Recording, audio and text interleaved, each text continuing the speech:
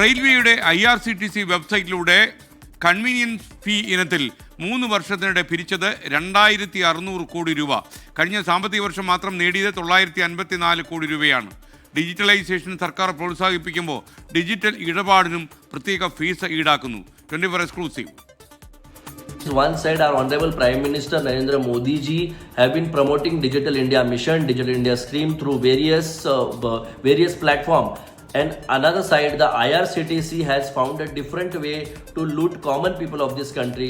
I request Honorable Railway Minister Shri Ashwini Vaishnav ji to look into the matter, to set up an inquiry in this regard, and the CAG report.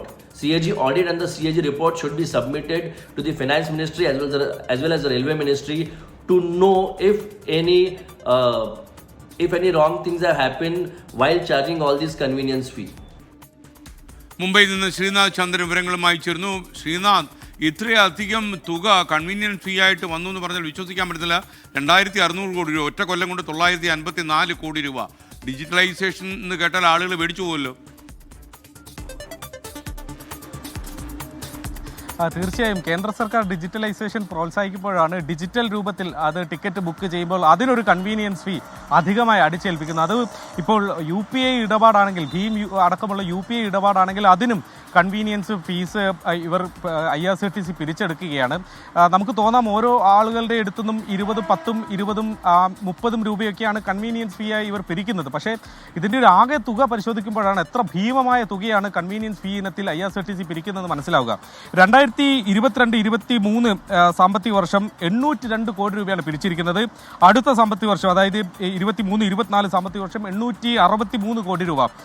ഏറ്റവും കഴിഞ്ഞ സാമ്പത്തിക വർഷം 954 കോടി രൂപ, അതായത് 2600 കോടിയിലേറെ രൂപ ഈ കഴിഞ്ഞ 3 വർഷത്തിനിടെ പിരിച്ചു. ഈ 3 വർഷത്തെ കണക്ക് മാത്രമാണ് വിവരാവകാശ നിയമപ്രകാരം ചോദിച്ചപ്പോൾ നൽകിയത്. അതിനു മുമ്പുള്ള കണക്കുകളൊന്നും തന്നെ കൃത്യമായി ഇപ്പോൾ ലഭ്യമല്ല. അതൊരു വലിയ ഡാറ്റയാണ് എന്നതാണ് അവർ പറയുന്നത്. ഏതായാലും ഈ 3 വർഷത്തെ കണക്ക് മാത്രം പരിശോധിക്കുമ്പോൾ ഇത്ര ഭീമമായ തുക. എന്നാൽ ഈ പണം എന്തിനാണ് ചെലവഴിക്കുന്നതെന്ന ചോദ്യത്തിനാണ് ഞെട്ടിക്കുന്ന മറുപടി. ഈ വെബ്സൈറ്റിൻ്റെ മെയിൻ്റനൻസിന് വേണ്ടിയാണ്, IRCTC സൈറ്റിൻ്റെ മെയിൻ്റനൻസിന് വേണ്ടിയാണ് ഇത്രയും വലിയ തുക ചെലവഴിക്കുന്നത്. കേട്ടാൽ മൂക്കത്ത് വിരൽ വെച്ച് പോകും. എന്തിനാണ് ഇത്രയും വലിയ തുക ചെലവഴിക്കുന്നത് ഈ ഒരു വെബ്സൈറ്റ് മെയിൻ്റനൻസിന് വേണ്ടി എന്ന ചോദ്യം സ്വാഭാവികമാണ്. അതിനപ്പുറത്തേക്ക് എന്തെങ്കിലും കളി ഇതിന് പുറകിലുണ്ടോ? ഏതെങ്കിലും തരത്തിലുള്ള അഴിമതിയാണ്, പിടിച്ചു പറയുകയാണ് എന്നതൊക്കെയുള്ള ചോദ്യങ്ങൾ ഉയരുന്നുണ്ട്. അതോടൊപ്പം തന്നെയാണ് ഈ ഡിജിറ്റലൈസേഷൻ പ്രോത്സാഹിപ്പിക്കുമ്പോഴും UPI ഇടപാടുകൾക്ക് കൂടി കൺവീനിയൻസ് ഫീ ഈടാക്കുന്നത് ശരിയാണോ എന്ന ഒരു ചോദ്യം കൂടി കേന്ദ്ര സർക്കാരിന് മുന്നിലേക്ക്, റെയിൽവേക്ക് മുന്നിലേക്ക് വരുന്നത്. ഏതായാലും വിവരാവകാശ പ്രവർത്തകനായ പ്രഫുൽ സാർദിയാണ്, നേരത്തെ അദ്ദേഹത്തിൻ്റെ പ്രതികരണമാണ് കണ്ടത്. അദ്ദേഹമാണ് ഈ തരത്തിൽ വിവരാവകാശ നിയമപ്രകാരം വിവരങ്ങൾ തേടിയത്. അതിനുള്ള മറുപടിയാണ് യഥാർത്ഥത്തിൽ ഞെട്ടിക്കുന്നത്. 3 വർഷത്തിനിടെ കൺവീനിയൻസ് ഫീ ഇനത്തിൽ മാത്രം പിരിച്ചത് 2600 കോടിയിലേറെ രൂപ. അത് ചെലവഴിച്ചതാവട്ടെ വെബ്സൈറ്റ് മെയിൻ്റനൻസിനും.